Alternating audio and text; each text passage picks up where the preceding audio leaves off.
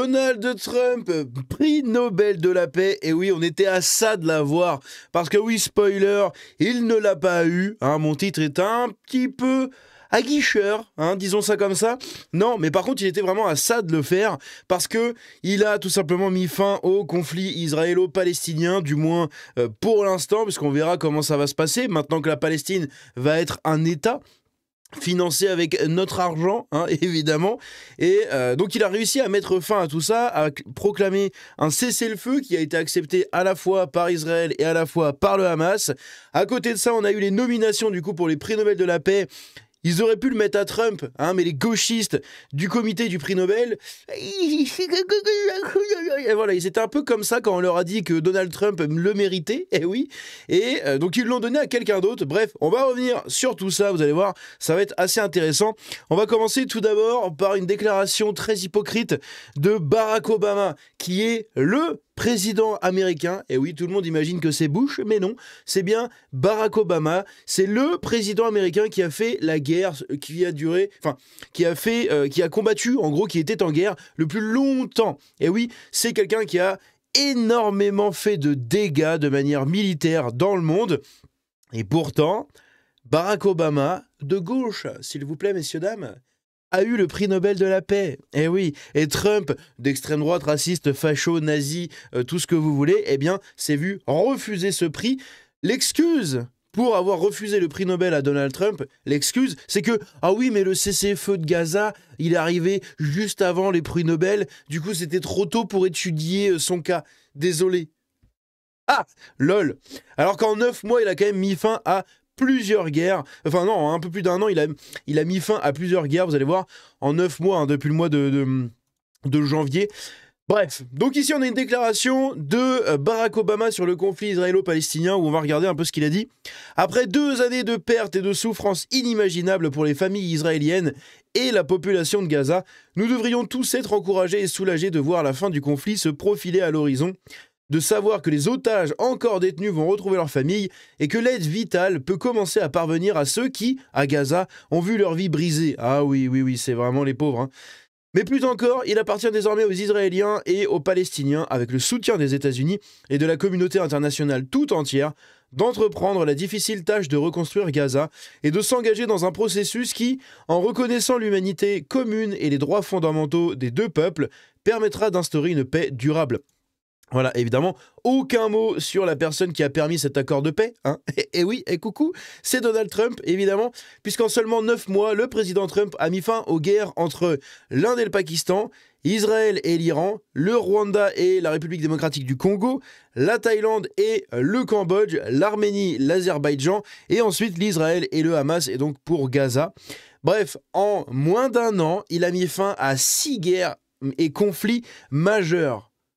Oui, c'est un faiseur de paix.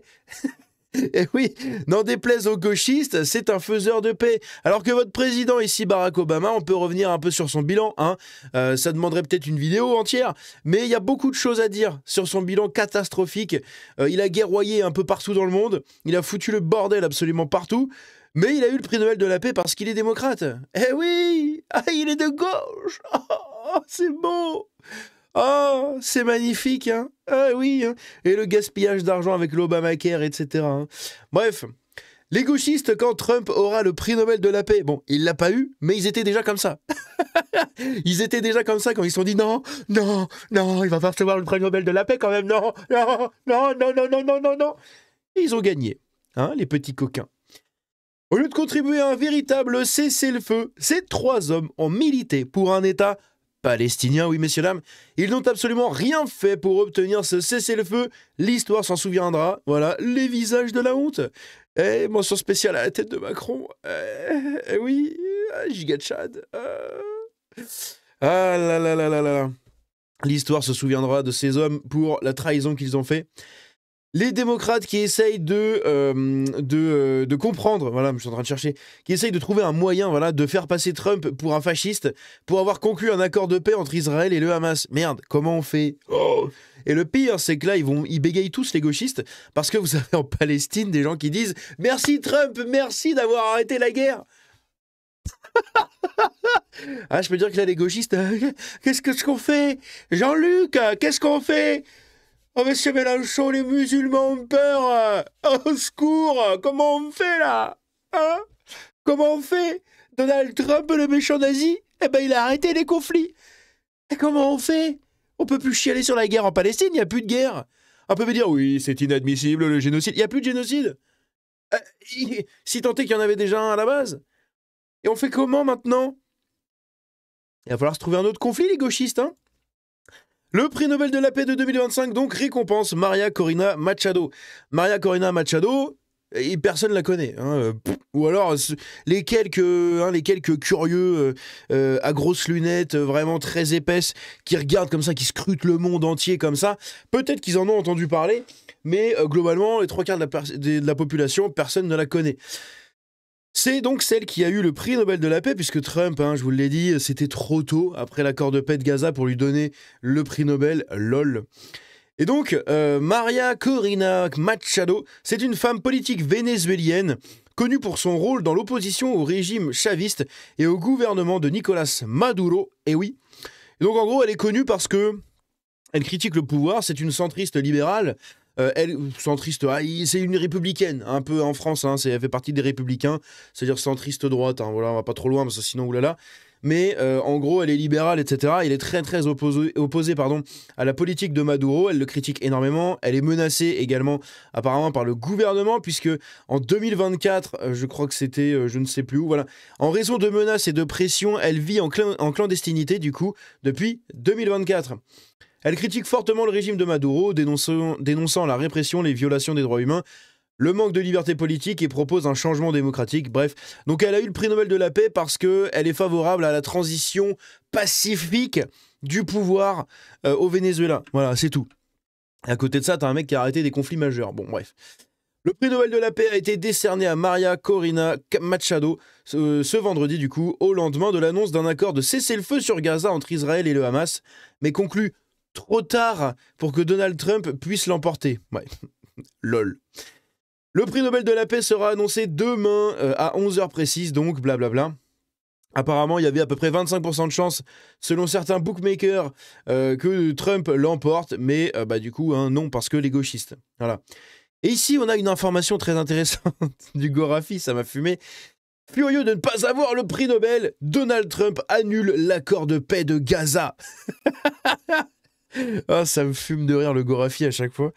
Oh bordel, on va se dire ça vite fait parce que c'est rigolo. C'était un très bel accord de paix, le plus beau de toutes les 34 guerres que j'ai faites arrêter cette année, a déclaré Donald Trump. Tant que le comité Nobel ne remettra pas ce prix Nobel de la paix, aucun otage et aucun prisonnier ne sera libéré, mettant un ultimatum de 48 heures pour que la Norvège accepte également de transférer la souveraineté de la gestion du prix Nobel à Stephen Miller, un des proches conseillers du président. Nous allons en outre placer le comité Nobel et tout le gouvernement de Norvégie sur la liste des organisations terreau. Ce sont des vikings antifa, ils sont très dangereux, a-t-il affirmé avant de donner un coup de pied dans la corbeille à papier du bureau ovale et de partir jouer au golf pendant une semaine. C'est franchement le Gorafi à chaque fois, je suis explosé de rire. Ici, donc, on a le Washington Post qui dit clairement que Trump mérite le prix Nobel. Eh oui, hein. Et ici, du coup, on avait la liste des nominés. Donc, on avait Gisèle Pellicot. Alors, paix à son âme. Enfin, pas à son âme, du coup, elle est pas morte, mais en gros, bon courage à elle, quoi.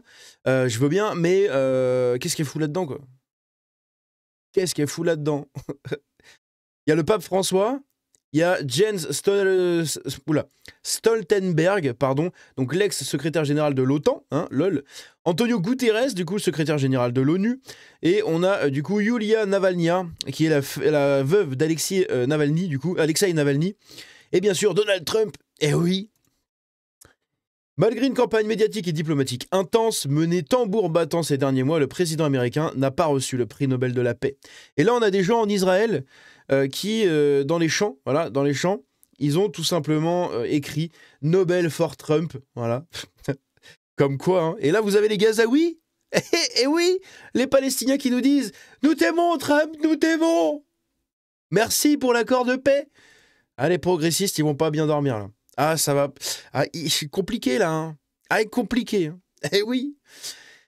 Jasmine Croquette, du coup, qui nous dit que le président Trump va commencer tout simplement la 3e guerre mondiale. Et oui, alors qu'en fait, il a négocié la paix entre l'Israël et le Hamas, l'Azerbaïdjan, l'Arménie, le Cambodge, la Thaïlande, l'Inde, le Pakistan, l'Égypte et l'Éthiopie, la Serbie, le Kosovo, le Rwanda et la République démocratique du Congo. Voilà.